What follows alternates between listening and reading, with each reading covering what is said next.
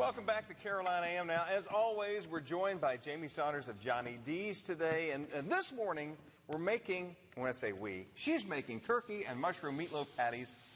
How are we going to get started? Let me tell you, the studio smells better than it ever has. We walked in and immediately got hungry. Yeah, I tried to cook for you before you get here, so when you get in, you get excited. It was about amazing. What I'm making. So, is this something that you make a lot at home? Or well, I have made it before, and I thought it was a nice, easy recipe for you to do at home because, and a little bit on like the healthier side instead of using regular meatloaf. And you don't have to put it in the oven. It doesn't take all day. I mean, 30 minutes, I think you can have it all prepped and ready to go. So basically, the way I started was I cooked all the mushrooms first with a little shallots, a little fresh basil, and salt and pepper with a little bit of garlic. Yep.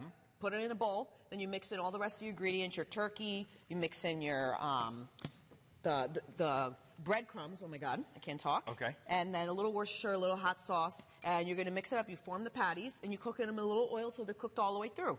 And you know, there's 7 of them, so I usually do 4, and then I do 3. Or you could do 3 and 4, whichever way you want to do it. And this is a healthy option to ground beef too. Yeah, it for still sure. tastes I great. mean, the pan didn't have it had some of the drippings in there, but it wasn't like greasy or anything like that. So then I just added a little bit of butter and the when flour. I came in, I said, you know what would go great with that is gravy. And immediately she said, "That's what I'm making." That's what I'm making.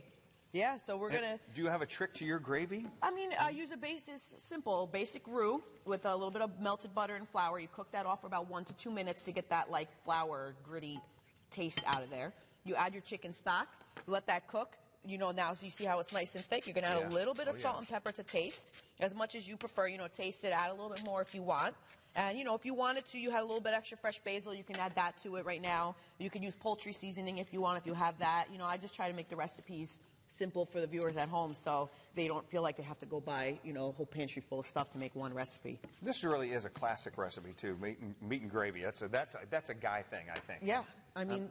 and then you just... Oh, yeah. Pour it right over. You really can't get enough. There's, you know, there's a little bit of mushrooms left in the pan that fell off of the patties here. I mean, you could pour it on there. You could save a little bit to pass at the table. However you want to do it. I serve it family style, and you can. An expensive way to feed the whole family, right there. Yeah. I mean, 7 patties. We love you. Good. Oh, you just know that, right? I love you. Thank you, Jamie. All right, for a full recipe and a list of ingredients, head over to our website. You can do that at WFXB.com and click on the Carolina AM tab. Now, coming up next on Carolina AM.